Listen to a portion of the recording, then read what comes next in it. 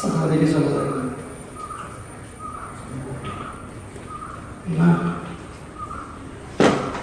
സ്വദേശി വിചാരം എന്ന വിഷയം അവതരിപ്പിക്കാനാണ് നിങ്ങൾ ആവശ്യപ്പെട്ടത്. സ്വദേശി ജാഗരൺ മഞ്ചം, സ്വദേശി ശാസ്ത്രപ്രസ്ഥാനങ്ങളെല്ലാം ആരംഭിക്കുന്നതിന് വളരെ മുമ്പ് സംഘത്തിലൊരു വിഷയം ചർച്ച ചെയ്യൽ പതിവായിരുന്നു. അഖില ഭാരതീയ ബൗദ്ധികമുണ്ടായിരുന്ന മാന്യ സുദർശൻജിയാണ് ആ വിഷയം ആദ്യമായിട്ട് അവതരിപ്പിച്ചത്. പിന്നീട് പലതവണയും ആ വിഷയം ചർച്ചയ്ക്ക് വന്നിരുന്നു. ആ വിഷയം സ്വദേശി, സ്വഭാഷ, സ്വഭൂഷ. സ്വദേശിയുടെ അർത്ഥവ്യാപ്തി എത്രയാണ് എന്ന് ഈ വിഷയം വ്യക്തമാണ്. പക്ഷേ പശ്ചാത്തലത്തിലായിരിക്കാം, ആ വിശാലത കൊള്ളയിരിക്കാൻ വേണ്ടിയിട്ടായിരിക്കാം ഈ വിഷയം ഈ ശിബിരത്തിൻ്റെ ഭാഗമാക്കിയത് എന്ന്. സ്വദേശി എന്നത് നമ്മൾ ഏത് നാട്ടിൽ ഉണ്ടാക്കിയ ചരക്കുകൾ ഉപയോഗിക്കണം എന്നതിൻ്റെ വിഷയമല്ല. അതും ഒരു വിഷയമാണ്. പക്ഷെ അത് താരതമ്യേന അപ്രധാനമായ വിഷയം. ലോകത്തിൽ ഒരു ജനതയ്ക്കും തൻ്റെ നാട്ടിൽ ഉണ്ടാക്കിയ വസ്തുക്കൾ മാത്രമേ ജീവിക്കാൻ പറ്റൂ. അങ്ങനെ എല്ലാവരും തുടങ്ങിയാൽ പിന്നെ നമുക്കും മുന്നോട്ട് കയറ്റിയേക്കാൻ പറ്റും.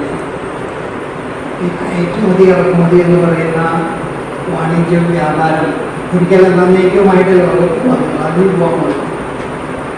അപ്പോൾ നമ്മുടെ ചരക്കുകൾ നമ്മൾ കയറ്റിയേക്കും. പല രാജ്യങ്ങളിൽ ചരക്കുകൾ ഇറക്കുമതി ചെയ്യുക നമ്മൾ ഉപയോഗിക്കുന്നില്ല. അതൊരു വിവേചനമാവാം, അത്രയേ ഉള്ളൂ. ഇപ്പോൾ ചിലർ ഒഴിവാക്കുക, ചില ശക്തികൾ, ശക്തികളോട് ചൈനയുടെ ചരക്കുകൾ മേടിക്കുന്നു പറയുന്നത്. അപ്പോൾ ചിലർ ഒഴിവാക്കാൻ പോകുന്നു. അത് അപ്രധാനമായിട്ടുള്ള വിഷയമാണ്. ആരുടെ വിധത്തിൽ ഉപയോഗിക്കണം അതിനേക്കാൾ എത്രയോ ഉന്നതവും അഗാധവുമായ തലങ്ങളുണ്ട് ഈ സ്വദേശി എന്ന സ്ഥിതി. ഇത് നമ്മുടെ ദേശത്തിൻ്റെ അഥവാ രാഷ്ട്രത്തിൻ്റെ സ്വത്വത്തെ അടിസ്ഥാനപ്പെടുത്തിയുള്ള ഒരു സങ്കല്പമാണ് സ്വദേശി. സ്വത്വം, സ്വ എന്ന് പറഞ്ഞാൽ ഞാൻ തന്നെ, താൻ എന്നാണ്. എൻ്റെ ഭാവമാണ് സ്വത്വം. സ്വൻ്റെ ഭാവം സ്വത്വം.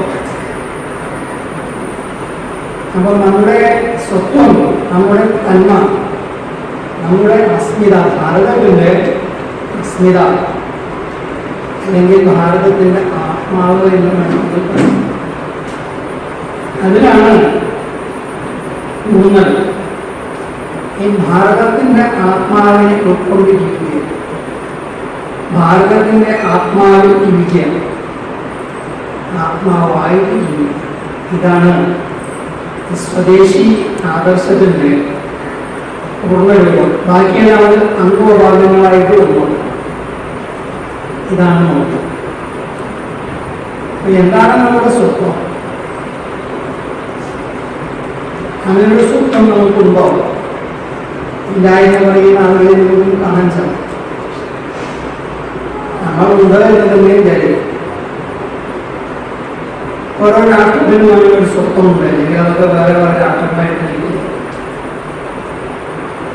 രാഷ്ട്രത്തെ നമ്മൾ നോക്കുമ്പോൾ ഭാരതത്തെ എടുത്താൽ ഒരുപാട് ഭാഷകൾ, വേഷങ്ങൾ,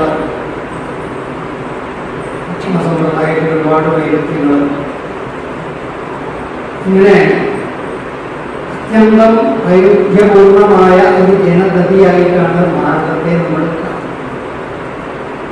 ഇങ്ങനെ കാണുന്നത് കൊണ്ട് ഭാരതം രാഷ്ട്രമല്ല എന്നും ചില അഭിപ്രായപ്പെടും. രാഷ്ട്രത്തിൻ്റെ തത്വം അറിഞ്ഞുകൂടാത്തവരാണ്. രാഷ്ട്രം രാഷ്ട്രമാകുന്നത് അതിന് ഏക ഭരണകൂടം ഉള്ളതുകൊണ്ടല്ല, ഏക സൈന്യം ഉള്ളതുകൊണ്ടല്ല, ഏക ഭരണഘടന ഉള്ളതുകൊണ്ടും ഇതെല്ലാം ജീവിതത്തിൻ്റെ ഭൗതികമായ തലങ്ങളാണ്. വ്യാവഹാരിക തലത്തിലെല്ലാം അർത്ഥമുണ്ടാകാൻ പ്രസക്തിയുണ്ടാകും. പക്ഷെ രാഷ്ട്രത്തിൻ്റെ സ്വത്വം ചിന്തിക്കുമ്പോൾ ഇതൊന്നും പരിഗണനാർഹമല്ല, ഇതൊന്നുമല്ല രാഷ്ട്രത്തെ അർത്ഥമാണ്. ആലോചിക്കേണ്ട വിഷയം ഈ വൈവിധ്യങ്ങളും വൈവിധ്യങ്ങളും ഇത്രയധികം ഉണ്ടായതുകൊണ്ട് കേവലം ഭാഷയുടെ വിഷത്തിൻ്റെ ഭക്ഷണത്തിൻ്റെ കാര്യത്തിൽ മാത്രമല്ല, നല്ല ജാതി ഏറ്റവും പൈശാചികമായ അനുഭവമാണ് നമ്മുടെ നാട്ടിലെ ജാതികൾ. 4000-ൽ പരം ജാതി, തൊട്ടുകൂടാത്തവർ, എണ്ണിക്കൂടാത്തവർ, ദൃഷ്ടിയിൽപ്പെട്ടാലും ദോഷമുണ്ടോ, കെട്ടില്ലാത്തവർ, തമ്മിൽ ഉണ്ണാത്തവർ, ഇങ്ങനെ ഒപ്പല്ലവോ ജാതി കോമരങ്ങൾ എന്ന് മരണാശ നിലനിൽക്കുന്നു. ഇങ്ങനെയുള്ള ഭാരതത്തിൽ നിന്നൊരു അർത്ഥം ചോദിക്കുന്നു, ഇതെങ്ങനെ രാഷ്ട്രമാകും? ഈ വൈവിധ്യങ്ങൾക്കപ്പുറം, ഈ വിവേചനത്തിനപ്പുറം, അടിച്ചമർത്തലിനപ്പുറം, ഈ തീണ്ടലും തൊടിയിലും അപ്പുറം ഇണ്ടൽക്കാരെയും അവരെ ചെന്നാലും മഴ നടക്കുന്നവരെയും ഉണ്ടാക്കുന്ന എന്തോ ഭാരതത്തിലുണ്ടെങ്കിൽ ഈ ഭാരതം ഉണ്ടാക്കില്ലല്ലോ. ഈ ജാതികൾക്കപ്പുറം, ഭാഷകൾക്കപ്പുറം, വേഷങ്ങൾക്കപ്പുറം, എല്ലാതരം ആചാര വൈവിധ്യങ്ങൾക്കും അപ്പുറം ഭാരതത്തെ ഭാരതമാക്കുന്ന ഒരു ഉമ്മ ഉണ്ട്. അതിനെയാണ് ഭാരതത്തിൻ്റെ സ്വത്വം എന്നുള്ളത്. വിശ്വാസങ്ങളും ആചാരങ്ങളും എല്ലാം ഓരോരോ കാലത്ത് ഓരോരോ നാട്ടിൽ അവരുടെ ഓരോ തോന്നലുകളിലും ഉണ്ടായതാണ്. ഇതൊന്നും മനുഷ്യ ജീവിതത്തിൽ ഗൗരവം അർഹിക്കുന്ന വിഷയങ്ങളാണ്. ഒരു വിശ്വാസവും ഒരു ആചാരവും ഇല്ലാതെ ജീവിക്കുന്നതാണ് ഉത്തമമായ മനുഷ്യ ജീവിതം. മനുഷ്യൻ ജീവിക്കുന്ന യുക്തിയും ബുദ്ധിയുമാണ്. അതാണ് പ്രതിരോധിച്ച്, അതാണ് മനുഷ്യനുണ്ടായ വിക്രമണ തലത്തെ, മനുഷ്യനുണ്ടായ എഴുപത്തി സ്റ്റേജ്. ബോധം ക്രമിച്ച് യുക്തി ബുദ്ധി സർവേദം നോക്കിയുണ്ടായ ആ ഘട്ടത്തിൽ മാത്രമാണ് മനുഷ്യൻ ജീവിതമുണ്ടായത്. അപ്പോൾ നമ്മൾ ഏത് ബോധത്തിലുണ്ടായ ആ തലത്തിൽ ജീവിക്കണം എന്നതാണ് പ്രകൃതിയുടെ വിഷയം. അത് വിട്ട് വേറെ തലത്തിൽ പോയാൽ നമ്മുടെ ജീവിതം പിന്നെ മനുഷ്യ ജീവിതമായിരിക്കും. മനുഷ്യനായിട്ട് ജനിക്കാൻ മനുഷ്യനായിട്ട് ജീവിക്കണം. മനുഷ്യനായിട്ട് ജീവിക്കണം പറഞ്ഞാൽ മനുഷ്യന്റെ ബോധതലത്തിൽ ജീവിക്കണം. ആ ബോധതലം ബുദ്ധി പ്രധാനമാണ്, അന്തർവേദന പ്രധാനം. അവിടെ ശാസ്ത്രീയമായിട്ട് അന്വേഷണം പ്രമാണ പരീക്ഷ ചെയ്ത് മാത്രമെല്ലാം സ്വീകരിക്കുക, പ്രമാണം ഇല്ലാതൊന്നും സ്വീകരിക്കാതിരിക്കുക, ഇതൊക്കെയാണ് ഈ ബോധതലത്തിൻ്റെ വിശേഷം. ആ തലത്തിൽ ജീവിച്ചാൽ മാത്രമേ നമുക്ക് മനുഷ്യരാണ് എന്ന് സ്വയം വിശേഷിപ്പിക്കാൻ സാധിക്കും. അപ്പൊ അങ്ങനെ നമ്മൾ ഭാരതത്തിന്റെ ഭൂതകാലത്തിലേക്ക് നോക്കിയാൽ ഒരുപക്ഷെ ലോകത്തിൽ ആദ്യമായിട്ട് ഒരു വൈജ്ഞാനിക സമൂഹമായി കയറി വന്നത് ഭാരതമായി. ഇന്ന് വൈജ്ഞാനിക സമൂഹം എന്ന് പറയുമ്പോൾ നമ്മൾ യൂറോപ്പിനെയാണ് ആധുനിക വിജ്ഞാനത്തിന്റെ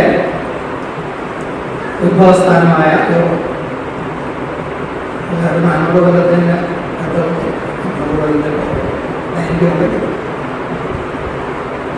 പക്ഷെ ഭാരതത്തിന്റെ ചരിത്രപൂർവ്വകാലത്തെ, സ്മരണാതീത കാലത്തെ ജീവിതം നോക്കിയാൽ ഭാരതം ജീവിച്ചിരുന്നത് വിജ്ഞാനത്തിലായിരുന്നു, വിശ്വാസത്തിലോ ആചാരത്തിലോ ആയിരുന്നില്ല. ആ കാലത്ത് വേറെ എവിടെയെങ്കിലും അങ്ങനെ മനുഷ്യൻ ജീവിച്ചിരുന്നോ എന്ന് അറിഞ്ഞുകൊള്ളു. പക്ഷെ ഭാരതം അതിലാണ് ജീവിച്ചത്. ഭാരതത്തിന്റെ ജഗത്തിനെ കുറിച്ചുള്ള ജഗത്തിന്റെ ഉത്പത്തി പരിണാമങ്ങളെ കുറിച്ചുള്ള വിജ്ഞാനം നമുക്ക് കണ്ടാൽ മനസ്സിലാവാത്ത വിധം മാറ്റപ്പെട്ടിട്ടുണ്ട്. അതിൻ്റെ മുഖം കൃപമാക്കിയിട്ടുണ്ട്, അതിനെ വികലാംഗം ആക്കിയിട്ടുണ്ട്. പക്ഷെ അതിന് ഭാരതത്തിലുണ്ട് ഉപനിഷത്തുകളിൽ ആ വിജ്ഞാനം ഇന്നുമുണ്ട്. അതിൽ ഈ ജഗത്തിൻ്റെ ഉത്പത്തി, ഈ ജഗത്ത് ആദിമമായ ഒരു ബോധം ക്രമിച്ച് ഉണ്ടായതാണ്. ജഗത്തിൻ്റെ കാരണം ഒരു ബോധമാണ്. അത് ക്രമിക്കുക എന്ന സ്വഭാവമുള്ളവരെ അത് ക്രമിച്ച് ഇവോൾവ് ചെയ്ത് എല്ലാം ആയിട്ടുള്ളൂ. ജഗത്തിൽ എന്തെല്ലാം ഉണ്ടോ അതെല്ലാം ആയിട്ട് ഒരൊറ്റ ബോധമാണ്. ആ ബോധമാണ് എല്ലാ അഗ്നിയുടെയും മൂലസ്വരൂപവും. ജഗത്തിലുള്ള എല്ലാ അഗ്നിയുടെയും മനുഷ്യൻ മുതൽ ഇലക്ട്രോൺ, പ്രോട്ടോൺ, ക്വാർക്കും വരെയുള്ള എല്ലാ അഗ്നിയുടെയും മൂലസ്വരൂപം ആ ബോധം. ഇത് മനസ്സിലാക്കിയിട്ടാണ് ഇതാണ് ഭാരതത്തിന്റെ ആത്മവിജ്ഞാനം പറയുന്നത്. അതിന്റെ അടിസ്ഥാനത്തിൽ നമുക്കൊരു ജീവിത ക്രമം ഉണ്ടായിരുന്നു. ലോകത്തിന്റെ ഏകം ഞാനും ഈ ലോകവും ഒന്ന് തന്നെയാണെന്ന് അറിഞ്ഞുകൊണ്ടുള്ള ഒരു ജീവിത രീതിയും ഉണ്ടായിരുന്നു. അതിന്റെ അടിസ്ഥാന നിയമത്തെയാണ് സനാതന ധർമ്മം എന്ന് പറയുന്നത്. ധർമ്മം എന്നതിന് ധരിക്കുന്നത് നിലനിൽക്കുന്നത് എന്നർത്ഥം. എന്തിനാണെന്ന് വേണ്ടിയാൽ എവിടെയും ധർമ്മം എങ്ങനെ നിലനിന്ന് പറയാറില്ല, നിലനിന്ന് മാത്രമേ ധാരയുടെ ധരിക്കുന്നത് ധർമ്മം, നിലനിന്ന് ധർമ്മം. എന്തിനേന്ന് പറയാത്തത് കൊണ്ട് എല്ലാത്തിനെയും എന്ന് ധരിക്കണം എന്നാണ് ഭാഷയിലെ നിയമം. ഇന്നതിനെന്ന് പറയുന്നില്ലെങ്കിൽ എല്ലാറ്റിനെയും എന്നാണ് താല്പര്യം. അപ്പൊ ജഗത്തിനെ മുഴുവൻ നിലനിർത്തുന്നത് ഏതോ അതാണ് സനാതന ധർമ്മം. എന്താണ് നിലനിർത്തുന്നത് കഴിഞ്ഞാൽ അച്ഛൻ മുതൽ ഞങ്ങളൊരു കണിയോട് അച്ഛൻ്റെതായ ഒരു സബ് അറ്റോമിക് പാർട്ടി ഇലക്ട്രോണോ ഒരു പ്രോട്ടോണോ കൊടുത്താൽ അത് മുതൽ മുന്നിലേക്ക് എല്ലാം നിലനിൽക്കുന്നത് അതിൻ്റെ ഘടകങ്ങൾ തമ്മിലുള്ള പരസ്പരത കൊണ്ടാണ്. എല്ലാ ഘടകങ്ങളും പരസ്പര പൂരകമായിട്ട് പ്രവർത്തിക്കും. ആറ്റത്തിലെ ഇലക്ട്രോണും പ്രോട്ടോണും ന്യൂട്രോണും എപ്പോഴും പരസ്പര പൂരകമായിട്ട് തന്നെ പ്രവർത്തിക്കുന്നു. അത് പാരസ്പര്യ നിയമം ലംഘിച്ചാൽ ആറ്റം നശിക്കും, ആറ്റം നശിച്ചാൽ മോളിക്കൂൾ നശിക്കും, മോളിക്കൂൾ നശിച്ചാൽ രക്തങ്ങൾ നശിക്കും. ഒന്നുമില്ല. അവിടെ വരെ ആക്കിയിരിക്കുന്നതാണ് ഈ സനാതന ധർമ്മവിശ്വാസം. അത് ഈ ജഗത്തിനെ നിലനിർത്തുന്ന നിയമമാണല്ലോ. സാർവലൗകികമായ പാരസ്പര്യ നിയമം എന്നതിന് നിർവചിക്കാം. യൂണിവേഴ്സൽ ലോ ഓഫ് മ്യൂച്വാലിറ്റി അല്ലെങ്കിൽ ലോ ഓഫ് യൂണിവേഴ്സൽ മ്യൂച്വാലിറ്റി. ഇതാണ് സനാതന ധർമ്മം. ഇതാണ് ഭാരതത്തിന്റെ ആത്മാവ്, ഭാരതത്തിന്റെ ദേശീയത എന്നെല്ലാം പ്രസിദ്ധമായിട്ടുള്ള അതിന്റെ അടിസ്ഥാനത്തിലാണ് ഇവിടെ ജീവിതം. ഇങ്ങനെയുള്ള ജീവിതം എത്ര കാലം നടന്നു കഴിയില്ല. ഇടയ്ക്കത് കാണാതെ ആവണം. അതിൻ്റെ സ്ഥാനത്ത് വിശ്വാസങ്ങളും മതങ്ങളും പലതരത്തിലുള്ള കർമ്മങ്ങളും റിച്വൽസ് ഇതെല്ലാം ഒരു കാലഘട്ടം നോക്കിക്കഴിഞ്ഞാൽ ഏതുകാലമാണെന്ന് പറയാൻ പറ്റും. ഈ പരിവർത്തനത്തിൻ്റെ ഒരു നാഴികക്കല്ല് ഭേദമായിരുന്നു. ഇതിന് മുമ്പ് തുടങ്ങിയിരിക്കണം.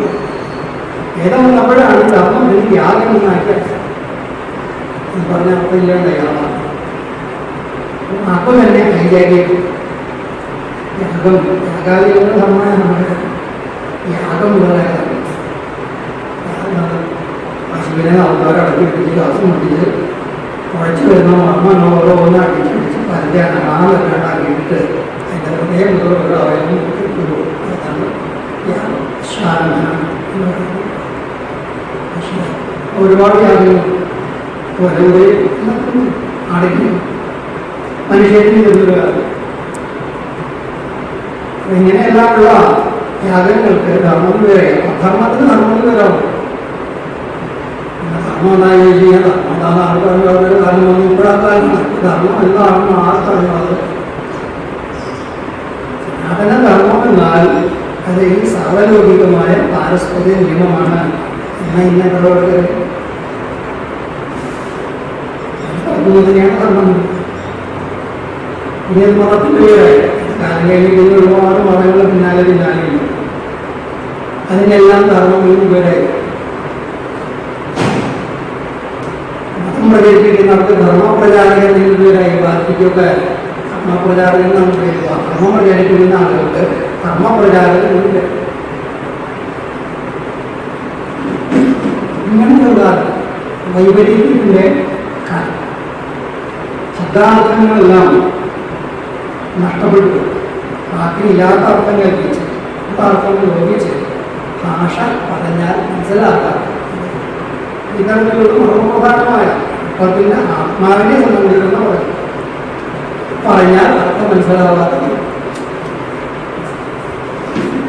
ഈ നിലയിലാണ് ഇപ്പോഴുള്ളത്. ഈ നിലയിൽ കൊണ്ടാണുള്ളത് ഈ സ്വദേശി ജാഗരണം എന്ന ആശയം. ദേശീയ ജാഗരണം എന്ന് പറഞ്ഞാൽ അത് എന്തിൻ്റെ ജാഗരണമാണ്? ഒന്നാമതായിട്ട് ഈ രാഷ്ട്രാത്മാവിൻ്റെ ജാഗരണം. ഇത് സനാതന ധർമ്മത്തിൻ്റെ ജാഗരണമാണ്. സനാതന ധർമ്മത്തിൻ്റെ അടിസ്ഥാനമായ ആത്മവിജ്ഞാനത്തിൻ്റെ ജാഗരണമാണ്. ഇതിൻ്റെ പ്രതിപരിണാമങ്ങൾ പറയുന്ന ജ്ഞാനത്തിന് പ്രസിദ്ധമായ പേര് ആത്മവിജ്ഞാനമാണ്. അങ്ങനെ പറയാൻ കാരണം ഈ ജഗത്ത് ബോധം വരണമെങ്കിലുണ്ടായെന്ന് അറിഞ്ഞാൽ പോരാണ്. ഈ ജഗത്തായി വരുമ്പോഴേക്ക് ബോധമാണ്, ആ ബോധമാണ് ഞാൻ എന്നറിയണം. എന്നാൽ മാത്രമേ പുരുഷാർത്ഥ സിദ്ധിയുള്ളൂ എന്നതുകൊണ്ടാണ് ഈ ജഗത്തിൻ്റെ പ്രതിപരിണാമങ്ങൾ പറയുന്ന വിജ്ഞാനത്തിന് ആത്മവിജ്ഞാനം കിട്ടി. അല്ലെങ്കിൽ ജഗത്വിജ്ഞാനം പറഞ്ഞാൽ മതിയായിരുന്നു. ആത്മവിജ്ഞാനം എന്ന് പേരുകൊണ്ടുള്ള നമ്മൾ ഭാരതത്തിൻ്റെ ആത്മാവിനെ കുറിച്ച് പറയും. വ്യക്തിക്ക് ആത്മാവുണ്ട്, രാഷ്ട്രത്തിന് ആത്മാവുണ്ട്. ഇന്ത്യക്ക് ദർശനത്തിൽ രാഷ്ട്രത്തിന് ആത്മാവുണ്ട്, മനസ്സുണ്ട്, ബുദ്ധിയുണ്ട്, ശരീരമുണ്ട്. മനുഷ്യനെ പോലെ എല്ലാം ഉള്ളതാണ് രാഷ്ട്രം. നമുക്ക് നമ്മൾ ഓരോരുത്തരും പറയുന്ന അർത്ഥം കേൾക്കുന്നതിന് മുമ്പേ നമുക്കറിയാം, എല്ലാ യുവക്കൾക്കും അറിയാം, ബോധത്തിലെങ്കിലും അറിയാം, ഞാൻ അടിസ്ഥാനപരമായിട്ട് ബോധമാണ്, ശരീരമല്ല. ആത്മാവാണെന്ന് പറയുന്നത് ആത്മാവ് ബോധമാണെന്നും ഞാൻ അടിസ്ഥാനപരമായിട്ട് ആത്മാവാണ്, ശരീരമല്ല എന്നും ഒരു ശാസ്ത്രം പഠിക്കാത്തവർക്ക് അറിയാം. എല്ലാ ഹിന്ദുക്കൾക്കും അറിയാം. ഇതാണ് വിഷയം. അതുകൊണ്ടറിയാം ഇത് നമ്മുടെ സമഷ്ടി മനസ്സിൽ പണ്ട് തന്നെ ഉണ്ടെന്ന് ശരിയാതിന് കൊടുക്കുന്നത്. അതിൻ്റെ സമഷ്ടി മനസ്സിൽ അതുള്ളതുകൊണ്ടാണ് നമുക്കിത് പഠിക്കാൻ തന്നെ അറിയാവുന്നത്, അല്ലെങ്കിൽ അറിയാൻ കഴിയില്ല. അത് നമ്മളിലും ഉപയോഗിക്കും. നമ്മുടെ ഓരോരുത്തരുടെയും ബോധത്തിൽ ഉള്ളതുകൊണ്ട് ശുദ്ധമായ ബോധമാകുന്നില്ല എന്ന് വെച്ചാൽ ഒന്നും ഇല്ലാത്തത് പിന്നടക്കുന്നത്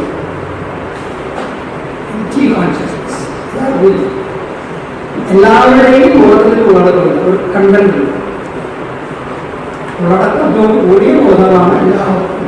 ഈ ഉള്ളടക്കം നമ്മൾ ജീവിച്ചുണ്ടാക്കിയതാണ്. നമ്മൾ ആർജിച്ച ജ്ഞാനം, നമ്മൾ ചെയ്ത കർമ്മങ്ങളാണ്. ഈ ജ്ഞാന കർമ്മങ്ങളിൽ നിന്നാണ് ബോധത്തിന് ഉള്ളടക്കം ഉണ്ടാകുന്നത്.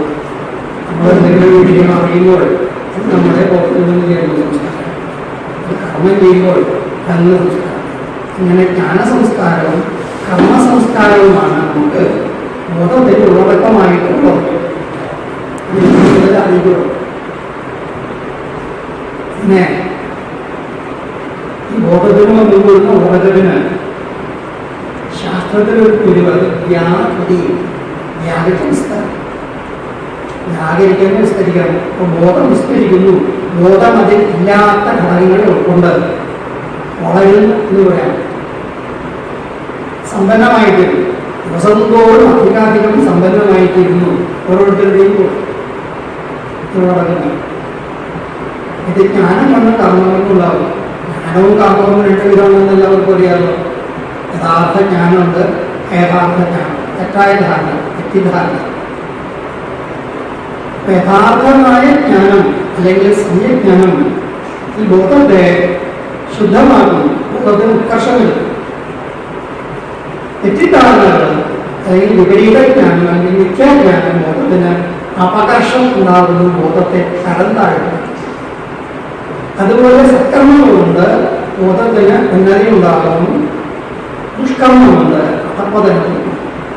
ഇങ്ങനെ ജ്ഞാനകർമ്മങ്ങൾ അനുനിമിഷം നമ്മുടെ ബോധത്തെ ഉയർത്തിക്കൊണ്ടോ താഴ്ത്തിക്കൊണ്ടോ ഇരിക്കുകയാണ്, ശുദ്ധമാക്കിക്കൊണ്ടോ മലിനമാക്കിക്കൊണ്ടോ കർമ്മങ്ങളിൽ നിന്നും. അതുപോലെ സമ്യജ്ഞാനം ഉണ്ടാകുന്ന സംസ്കാരത്തെ സംസ്കൃതി എന്ന് വിളിക്കും. തെറ്റായ ജ്ഞാനത്തിൽ, വിപരീത ജ്ഞാനത്തിൽ നിന്നും വിപരീത കർമ്മത്തിൽ നിന്നും ഉണ്ടാകുന്ന സംസ്കാരത്തെ വികൃതി എന്ന് വിളിക്കും. അങ്ങനെ സംസ്കൃതി, വികൃതി എന്ന രണ്ട് വിധമാണ്. വ്യാകൃതി, അത് രണ്ടും നമ്മളിൽ വ്യക്തി നന്നാവുക എന്ന് പറഞ്ഞാൽ അർത്ഥം ആ വ്യക്തിയുടെ സംസ്കൃതി മാറ്റുക, വികൃതി ക്ഷയിക്കുക. ഇതാണ് വ്യക്തിനിർമ്മാണം. വർദ്ധിപ്പിക്കുക, വികൃതി ഇല്ലായ്മ. ഇതാണ് മാഗ്നറ്റിക് വ്യക്തി നിർമ്മാണം. ഇതുപോലെ നമ്മുടെ സമൂഹത്തിനുള്ളത് സമഷ്ടി മനസ്സിലും ഇവരുണ്ടല്ലോ. സമഷ്ടി മനസ്സിലും ഈ വികൃതിയുണ്ട്, സംസ്കൃതിയുണ്ട്. സമഷ്ടി മനസ്സിലെ വികൃതി ക്ഷയിച്ച് സംസ്കൃതി നഷ്ടപ്പെടും. സംസ്കൃതി പുഷ്ടിപ്പെടുമ്പോൾ ആ സംഭവം ഉയർന്നു തിരിച്ചായാൽ ആ സമൂഹം അകപ്പെടിച്ചു. അപ്പൊ നമ്മുടെ ജീവിത മൂല്യങ്ങളെല്ലാം ഈ ജ്ഞാനത്തിനുണ്ടായ സമ്യജ്ഞാനങ്ങളിൽ നിന്നുണ്ടാകുന്ന ജീവിത മൂല്യങ്ങൾ പലരിടത്തും ഉണ്ടാവും. തങ്ങളുടെ മതം ഒഴികെയുള്ള മതങ്ങളിൽ വിശ്വസിക്കുന്നവരെ കൊല്ലണം, അല്ലാതെ ആരെയും ആരാധിക്കുന്നവരെ കൊല്ലണം എന്നത് ചിലരുടെ ജീവിത മൂല്യമാണ്. അത് ജ്ഞാനത്തിൽ നിന്നുണ്ടായതല്ല, മതഭ്രാന്തിൽ നിന്നുണ്ടായത്. മതഭ്രാന്ത് എന്ന് പറയുന്നത് വിശ്വാസം. അപ്പൊ വിശ്വാസത്തിൽ നിന്നും മൂല്യം ഉണ്ടാകാം, ജ്ഞാനത്തിൽ നിന്നും ഉണ്ടാകാം. വിശ്വാസം ഉണ്ടാകുന്ന മൂല്യങ്ങളെല്ലാം വിനാശകാരികളായിരിക്കും.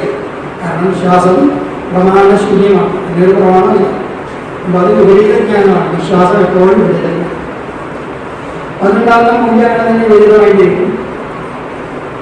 സത്യജ്ഞാനത്തിൽ നിന്ന് ജീവിത മൂല്യങ്ങൾ ഉണ്ടാകും.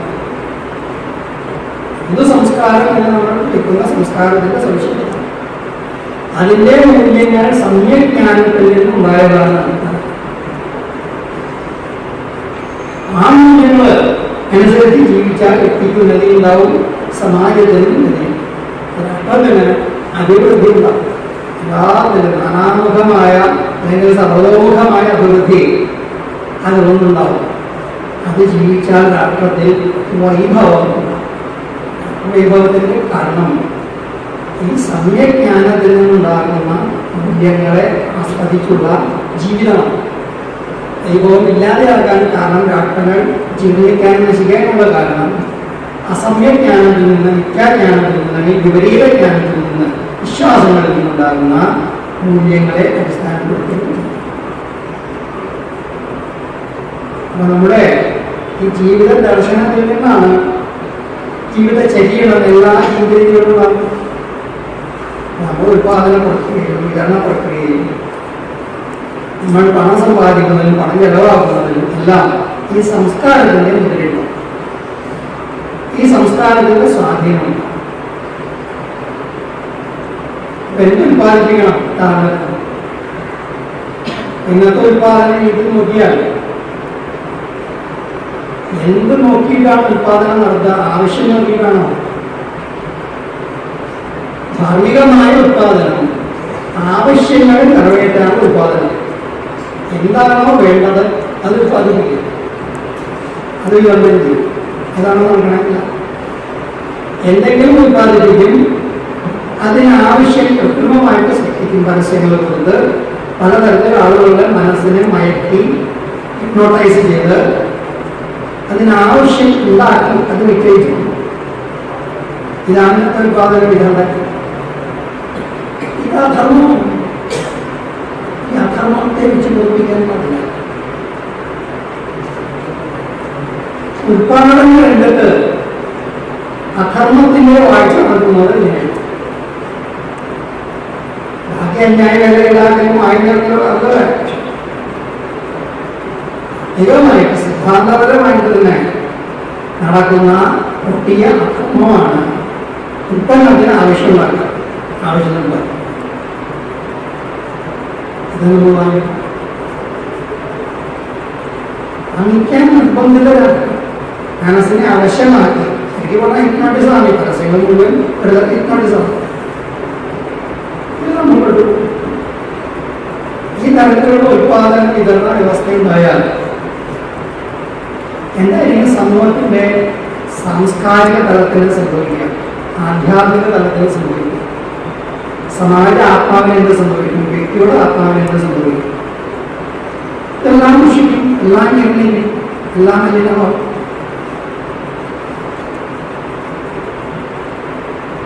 ഇതിനെല്ലാം ഒരു മാനദണ്ഡമാണ്. സനാതന ധർമ്മത്തിന്റെ മാനദണ്ഡമാണ് ശരിയായ മാനദണ്ഡം. വേറൊരു മാനദണ്ഡവും ശരിയല്ല. ശരിയായ മാനദണ്ഡവും അതാണ് സനാതന ധർമ്മം. ഈ സനാതന ധർമ്മത്തെ അടിസ്ഥാനപ്പെടുത്തിയിട്ടുള്ള ഉത്പാദന വിതരണങ്ങൾ എപ്പോഴും ആവശ്യങ്ങൾ നടക്കും. ഇന്നിപ്പോൾ ആവശ്യമുള്ള വസ്തുക്കൾ പലർക്കും കിട്ടില്ല, ആവശ്യമില്ലാത്തതാണ്. കാരണം ഉത്പാദനത്തിന്റെ ഇഷ്ടം. ഇവിടെയാണ് നമുക്ക് ഞാൻ ഉൽപ്പാദിപ്പിക്കുന്നു എന്നതല്ല, എങ്ങനെ ഉൽപ്പാദിപ്പിച്ചു, എന്തിനു വേണ്ടി ഉൽപ്പാദിപ്പിച്ചു എന്നുള്ള ചിന്തയും കൂടിയില്ല. ഒരു രാഷ്ട്രത്തിന്റെ സുസ്ഥിതിക്ക്, രാഷ്ട്രത്തിന്റെ വൈഭവത്തിന്, ആ രാഷ്ട്രത്തിന്റെ സ്വത്വം, ആ രാഷ്ട്രത്തിന്റെ ആത്മാവ് സ്വസ്ഥമായിട്ട്, അത് സംസ്കൃതി സമ്പന്നമായിട്ട് വികൃതി കൂടാതെ എത്താൻ മാത്രമേ സാധിക്കുള്ളൂ. അതുപോലെ തന്നെയാണ് സ്വദേശി ചാരണം എന്ന് പറയുമ്പോൾ അത് ആത്മാവിലേക്കുള്ള ഉണരൽ, ആത്മാവിലേക്കും രാഷ്ട്രത്തിന്റെ ആത്മാവിലേക്കും വിശ്വാത്മാവിലേക്കും മുഴുവൻ ലോകത്തിനോട് ആത്മാവില്ല. എല്ലാത്തിലും ഈ ബോധം വന്നിട്ടാൽ ഇരിക്കുന്നു. ഉപാസന പറയണം, ആ പേരിനിപ്പോൾ കാണില്ല, ഇന്നത്തെ പേരതായിരുന്നു ഉപാസന. അതിൽ എന്തിനെ ഉപാസിക്കണം? നിങ്ങളുടെ അകത്തായിരിക്കുന്ന ബോധത്തെ ഉപാസിക്കണം. എല്ലാവരും പര്യാപ്തിയായിരിക്കും. അടുത്തൊരു ബോധമുണ്ട്, ഇതിന് നമ്മളെ നിയന്ത്രിക്കുന്നു, നമുക്ക് കാഴ്ച തരുന്നു, ചിന്ത തരുന്നു, നമ്മൾ നിറവേറ്റി നയിക്കാൻ ശ്രമിക്കുന്നു. നമ്മളത് അനുസരിച്ചൊന്നും ബോധമൊന്നുമില്ല. ധിക്കരിക്കാനേ നമുക്ക് സ്വാതന്ത്ര്യമുണ്ട്. ധിക്കരിക്കാനാണ് അധികം നടക്കുന്നത്. അപ്പൊ അങ്ങനെ ഓരോ അന്തര്യാമിയുണ്ട്, അതിന് ഉപാസിക്കാൻ പറഞ്ഞു. ഓരോ വാക്യം പറഞ്ഞു, അത് നിന്റെ ആത്മാവ് കേൾക്കുന്നതാണോ ലക്ഷ്യനോട് ഇത് പറയുകയാണെങ്കിൽ ഓരോ വാക്യം പറഞ്ഞിട്ട് അത് നിന്റെ ആത്മാവാണ്. ഭൂമിയിലുള്ളത്, സൂര്യനിൽ, ചന്ദ്രനിൽ, വെള്ളത്തിൽ, അഗ്നിയിൽ, വായുവിൽ എല്ലാ കാര്യങ്ങളും ഇരിക്കുന്ന ചന്ദ്രനെ പറഞ്ഞിട്ട് പറയാണ് അത് നിന്റെ ആത്മാവാണ്, അത് നിന്റെ ആത്മാവാണ്, അത് നിന്റെ. എല്ലാവർക്കും ഇരിക്കുന്ന അന്തര്യാമം തന്നെയാണ് നടക്കുന്നത്. ഞാൻ തന്നെയാണല്ല. ഇതാണ് ഭാരതത്തിന്റെ കാര്യം. തന്നെ എല്ലാത്തിലും കാണുക, എല്ലാത്തിനും തന്നിൽ കാണുക, താനും ബാക്കിയെല്ലാം എന്ന് തന്നെയാണ്. ഞാനും ജഗത്തും തന്നെ മാനവീയ ലോകോപാസിത ഒരൊറ്റ ആത്മാവായിട്ട് ഉപാസിക്കുക. ഇങ്ങനത്തെ ഒരു ജീവിത ആദർശം നോക്കും. സ്വദേശിയുടെ മുഖ്യ അംശം സ്വദേശി ജീവിത ആദർശം. ഈ ദേശത്തിന്റെ ജീവിത ആദർശം, ഈ ജീവിതത്തിന്റെ ജീവിത ദർശനം. ഈ ദർശനം കഴിഞ്ഞിട്ട് പോയാൽ നമുക്ക് സ്വദേശിയൊന്നുമില്ല. സാങ്കേതികമായിട്ട് ഏതെങ്കിലും വ്യാവഹാരിക തലത്തിൽ നിങ്ങൾ സ്വദേശി ആദർശം ഉണ്ടാക്കിയാൽ ഈ സ്വദേശി ജീവിത ദർശനം ഇല്ലായെങ്കിൽ അവിടെ സ്വദേശി ജീവിക്കുന്നില്ല.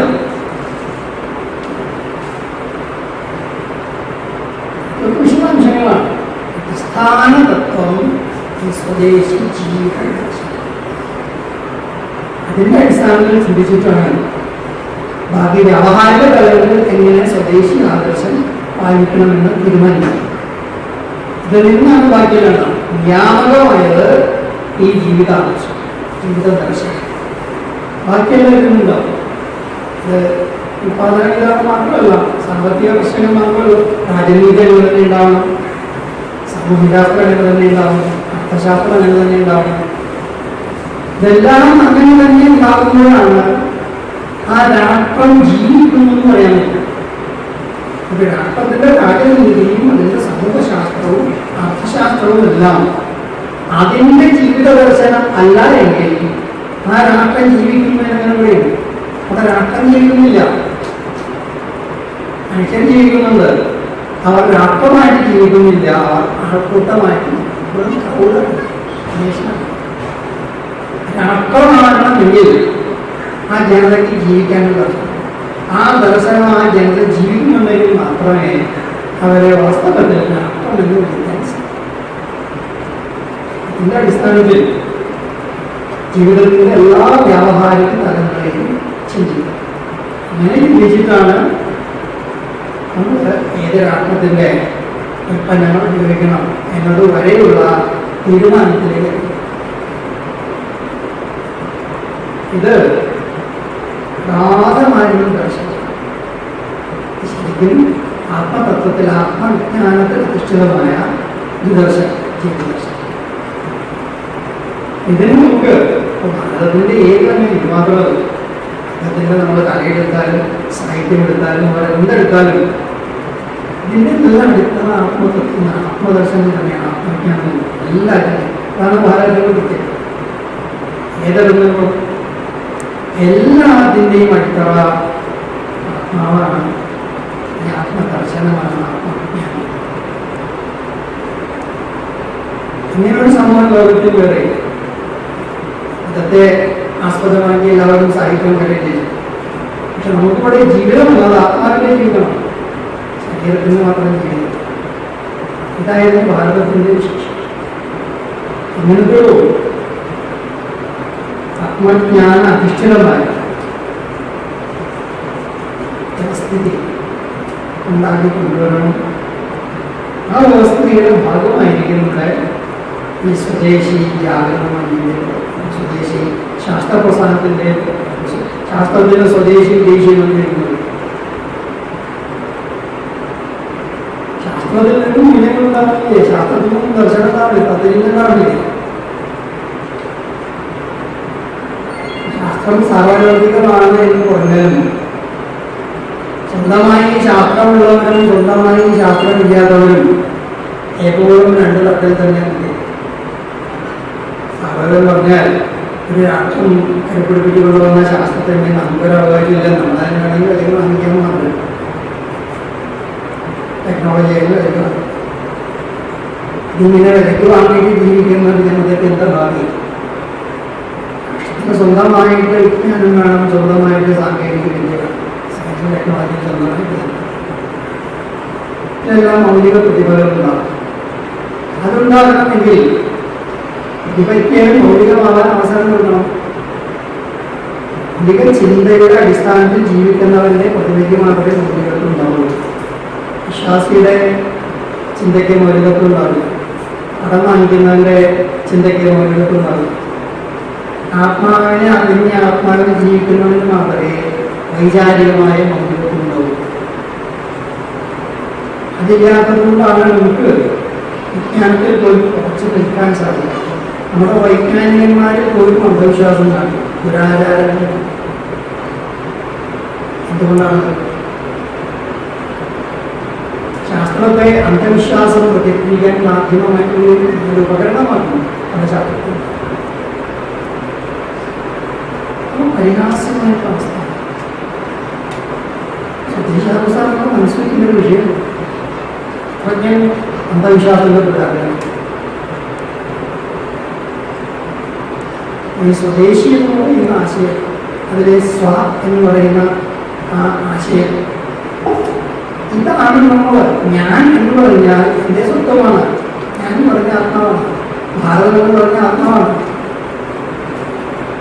അതിനെ വിട്ടിട്ടുള്ള ചിന്തകൾ, അതിനെ വിട്ടിട്ടുള്ള പ്രവൃത്തികൾ, അതിനെ വിട്ടിട്ടുള്ള വിശ്വാസങ്ങൾ, ഇതെല്ലാം വിനാശകാരിയാണ്. സ്വദേശി തത്വം എന്ന് പറയുമ്പോൾ അത് ആത്മാവാണ്, അത് വ്യക്തിയുടെയും സമൂഹത്തിൻ്റെയും സ്വത്വമാണ്. അതിനെ അടിസ്ഥാനപ്പെടുത്തി ചെയ്യുന്ന വിചാരം. ഭാരത ജീവിതത്തെ ചിട്ടപ്പെടുത്തേണ്ടത് എങ്ങനെയാണ് നമ്മൾ ജീവിതത്തിൽ ഓരോ സന്ദർഭത്തിലും പെരുമാറേണ്ടത്, എന്താണ് നമ്മൾ ജീവിതത്തിൽ ചെയ്യേണ്ടത്, ഇതെല്ലാം തീരുമാനിക്കുന്നതാണ് വിചാരങ്ങൾ. ഓരോ ആവശ്യത്തിന് അപ്പുറമുണ്ടായി വരുന്നതാണ് വിചാരങ്ങൾ. തത്വങ്ങളുണ്ട്, അതിന് അസംഖ്യം വിചാരങ്ങൾ. ഓരോ നിമിഷവും നമ്മുടെ ജീവിത ആവശ്യത്തിന് വേണ്ടുന്ന വിചാരങ്ങൾ അതിൽ നിന്നുണ്ടാകുന്നു. അതുപോലെ തന്നെ വികാരങ്ങളും ഉണ്ടാകുന്നു. വിചാരം ചിന്തിക്കുമ്പോൾ വികാരത്തെയും ചിന്തിക്കണം. വിചാരം മാത്രം ചിന്തിച്ചാൽ പോലെ വിചാരങ്ങളെ പോലെ തന്നെ മനുഷ്യന് വികാരങ്ങളും ഉണ്ട്. ഈ വികാരങ്ങളും തത്വത്തിന് വിരുദ്ധമായി പോയാൽ അപ്പോൾ ജീവിതം പരാജയപ്പെട്ടു, ജീവിതം തകർന്നു. നമുക്ക് ഭാരതത്തിൽ ഇങ്ങനെ ശാശ്വതമായ സത്യത്തെ കണ്ട് സാക്ഷാത്കരിച്ച് അതിൻ്റെ അടിസ്ഥാനത്തിൽ ഉണ്ടാക്കിയ ഒരു ജീവിത ദർശനമുണ്ട്. അതിൻ്റെ അടിസ്ഥാന പ്രമാണങ്ങളുണ്ട്. എല്ലാത്തിനും പ്രമാണങ്ങളുണ്ട്. പ്രമാണമില്ലാത്തതൊന്നും വിജ്ഞാനത്തിലില്ല. പ്രമാണമില്ലായിരിക്കുന്ന അത് വിശ്വാസമല്ല, വിജ്ഞാനമാണെന്ന് വേണം. വിജ്ഞാനത്തിന് പ്രമാണം വേണം, വിശ്വാസത്തിന് പ്രമാണമാണ്. പ്രമാണം കൂടാതെ സ്വീകരിക്കുന്നത് വിശ്വാസം, പ്രമാണം അറിഞ്ഞിട്ട് സ്വീകരിക്കുന്നത് വിജ്ഞാനം. കാരണം വിജ്ഞാനം വിശ്വാസത്തിന്റെ വ്യത്യാസം. നമുക്കിങ്ങനെ 100% പ്രമാണ പരീക്ഷ ചെയ്ത് ശരിയാണ് എന്ന് ഉറപ്പ് ഉറപ്പുവരുത്തിയ തത്വങ്ങളാണ് പാലിക്കാൻ ജീവിക്കാനായിട്ട്. അങ്ങനത്തെ ഒരു ഭാരതം പ്രാചീന കാലത്ത് വരുന്നത്. ആ ഭാരതം കേൾക്കുന്നു. അതിലേക്കായിരിക്കണം നമ്മുടെ ജാതകം, സ്വദേശി ജാതകമായ ഇന്ത്യ ജാതകമായ ആ ഭാരതത്തിലേക്ക് വരാം. ആ ഭാരതത്തെ പുനഃസൃഷ്ടിക്കുകയാണ്. ആ ഭാരതമായിട്ട് നമ്മൾ വീണ്ടും അന്നത്തെ ആ ഭാരതീയൻ എന്തായാലും ഇതാവും. ചിലപ്പോൾ പഴയ കാലം തിരിച്ചു നോക്കാൻ ചോദിക്കില്ല. ഇത് ശാശ്വതമായതുകൊണ്ട് പഴയ കാലം പുതിയ കാലം. പഴയ കാലം വെച്ചാൽ അതേ ഓക്സിജനാണ് ഇപ്പോൾ നമ്മൾ ശ്വസിക്കുന്നത്. പഴയ കാലത്ത് കൊടുക്കുന്ന അതേ വെള്ളമാണ് ഇപ്പോൾ നിൽക്കുന്നത്. ഈ വെള്ളമൊന്നും മാറ്റണമെങ്കിൽ ഓക്സിജൻ മാറ്റുന്നതിന് ഇത്രയും പഴയ രീതിയിൽ ചേർന്നിട്ടുണ്ട്. അതുപോലെ ഈ തത്വം വളരെ പഴയതായ രീതിയിൽ മാറ്റുന്ന രീതിയിലാണ്. തത്വത്തിന് മാറ്റമില്ല, നയം മാറും. നയം മാറ്റാൻ പോകാണ്. നയം തൽക്കാലത്ത് ആവശ്യമാണ്. തത്വം എല്ലാ കാലത്തേക്കും നയങ്ങൾ രൂപീകരിക്കാൻ, വിചാരങ്ങൾ പടുത്തുയർത്താൻ, വികാരങ്ങളെ ശുദ്ധി ചെയ്യാൻ എല്ലാറ്റിനുമുള്ള ആത്യന്തിക പ്രമാണമാണ്. അതിൽ മാറ്റമില്ല. അതുകൊണ്ടാണ് അതിനെ സനാതനം എന്ന് വിശേഷിപ്പിച്ചത്. ഈ സനാതന ധർമ്മം തന്നെയാണ് വാസ്തവത്തിൽ സ്വദേശി തത്വം. അത് ആത്മവിജ്ഞാനത്തിൻ്റെ അടിസ്ഥാനത്തിലുള്ളതാണ്. ആത്മവിജ്ഞാന ജഗത്തിൻ്റെ ഉത്പത്തി പരിണാമങ്ങളെ കുറിച്ചുള്ള ആത്യന്തിക ഇത്രയും മഹത്തായ, ഇത്രയും അഗാധമായ, ഇത്രയും മുക്തനായ, ഇതെന്നും പുതിയതാണ്. ഇതൊരിക്കലും പറയുക സയൻസ് അങ്ങോട്ട് പോയിക്കൊണ്ടിരിക്കുകയാണ്. തന്നെ സയൻസ് ചിന്തകളിൽ പുതന്നെ വന്നു. അപ്പോൾ പാണ്ഡവീരിലെ ഭക്ഷണമായിട്ട് പറഞ്ഞിട്ടില്ല. പാണ്ഡവീരിലുണ്ട്. പാണ്ഡവീരിൽ അവിടെ നിന്നുണ്ടായി നമുക്ക് സയൻസ് ഇതുവരെ വർഷങ്ങൾ ഇതുണ്ടായി. അതിൻ്റെ അപ്പുറം ബോധമാണെന്നാണ് എല്ലാ ശാസ്ത്രജ്ഞന്മാരും. വേറൊന്നും ആവാൻ കഴിയില്ല. ഈ പാണ്ഡവീരുകളെല്ലാം ബോധത്തിൽ നിന്നാണ് ഉണ്ടായത്. പാണ്ഡവീരിൻ്റെ അപ്പുറം ബോധമാണ്. അതാണ് ഭാരതത്തിൻ്റെ ആത്മവിജ്ഞാനം. കാരണം ഫിസിക്സിന് മുമ്പുണ്ടായ ഫിസിക്സാണ് ശരിക്കും. കാരണം ഫിസിക്സിന് എത്തിച്ചേരേണ്ട ഫിസിക്സ്, നാളത്തെ ഫിസിക്സ്, ആദ്യ ഫിസിക്സ് അത്രയും മഹത്തായ ശരിക്കും സ്വദേശി എന്ന് പറയുന്ന സ്പിരിറ്റ്, സ്വദേശി സ്പിരിറ്റിലാണ്. അതിൽ നിന്നുണ്ടാകുന്ന വേറെ എന്തെല്ലാം വ്യാവഹാരികമായ കാര്യങ്ങളുണ്ടാകാം. അതെല്ലാം ഉണ്ടാകുന്നത് അങ്ങനെ സ്വദേശി തത്വം, ആ തത്വത്തിൽ നിന്നുണ്ടാകുന്ന വിചാരങ്ങൾ, ആ വിചാരങ്ങളുടെ വ്യാവഹാരിക രൂപമായിരിക്കുന്നത് ജീവിതം. അതല്ലാത്തൊരു ജീവിതം നമുക്കുണ്ടാകാൻ ഇത് മുഴുവൻ ജീവിതത്തിൻ്റെ വിഷയം. അതുകൊണ്ടാണ് എവിടെ ഉണ്ടാക്കിയ ചരക്ക് വാങ്ങിക്കണം എന്നതല്ല പ്രശ്നം. ഒരിക്കലും വായിക്കുന്നതിന് വിഷയമല്ല, മുഴുവൻ ജീവിതത്തിൻ്റെയും പ്രശ്നം. ആ ജീവിതത്തിൻ്റെ വളരെ ചെറിയൊരു അംശമാണ് നമ്മൾ ആരുടെ ഉൽപ്പന്നം വാങ്ങിക്കണം, ആരുടെ ഉൽപ്പന്നം വാങ്ങിക്കണം. അത് തനിയെ ശരിയായി പോകും. അടിസ്ഥാനം ശരിയായാൽ ബാക്കിയെല്ലാം തനിയെ ശരിയായി. ഇതാണ് വിചാരവും എന്നുള്ള ആ ശീർഷകം കിട്ടിയപ്പോൾ എനിക്ക് തോന്നുന്നത്. അത് ഞങ്ങൾ ഉപയോഗിച്ചു. കൂടുതലിനെ കുറിച്ച് പറയുന്നത് എല്ലാവരും ചിന്താശക്തിയുള്ളവരാണ്, എല്ലാവരും ധാർമ്മികരാണ്, എല്ലാവരുടെയും ബോധ മനസ്സിൽ ഇതെല്ലാം പ്രകടിക്കാത്തത് കൊണ്ട് ബോധത്തിൻ്റെ അടിത്തട്ടിൽ അതെല്ലാം ഉണ്ടാതെ കിടക്കുന്നു. നമ്മളതിനെ തൊട്ട് കഴിഞ്ഞാൽ അതിനെ നമ്മൾ ധ്യാനിച്ചാൽ അത് ഉടനെ എഴുന്നേക്കും. നമ്മുടെ ഉള്ളിലുള്ളത് തന്നെയാണ് പറഞ്ഞത്. ഇതായിരുന്നു എല്ലാവരും ഉള്ളിലുള്ളതിനെ ഉണർത്തുക, അതിനെ ഉപയോഗിക്കുക. ഇതാണ് സ്വദേശി. എന്നൊരു വിചാരം തൽക്കാലം